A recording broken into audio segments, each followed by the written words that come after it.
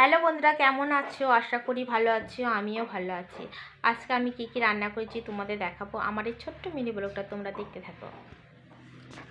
এই দেখো, আজকে আমি রান্না করেছি, দেখতে পাচ্ছ বন্ধুরা, ডিম দিয়ে, ফুলকপি দিয়ে, আলু দিয়ে করেছি। ফুলকপি আলু ডিমের ঝোল করেছি। আর করেছি, এই দেখো, মাছে ঝাল করেছি, সর্ষে বাটা দিয়ে, টমেটো দিয়ে মাছের ঝাল করেছি, দেখতে পাচ্ছ। আর করেছি, এই দেখো, নিম পাতা দিয়ে আলু দিয়ে ভাজা করেছি। নিম পাতা আলু ভাজা।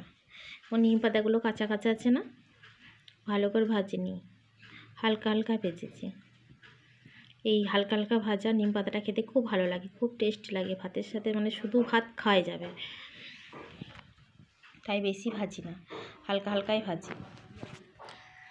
আমার এই ছোট্ট মিনি ব্লগটা তোমাদের কেমন লাগলো জানাবে। এখনকার মতো রাখছি, টাটা।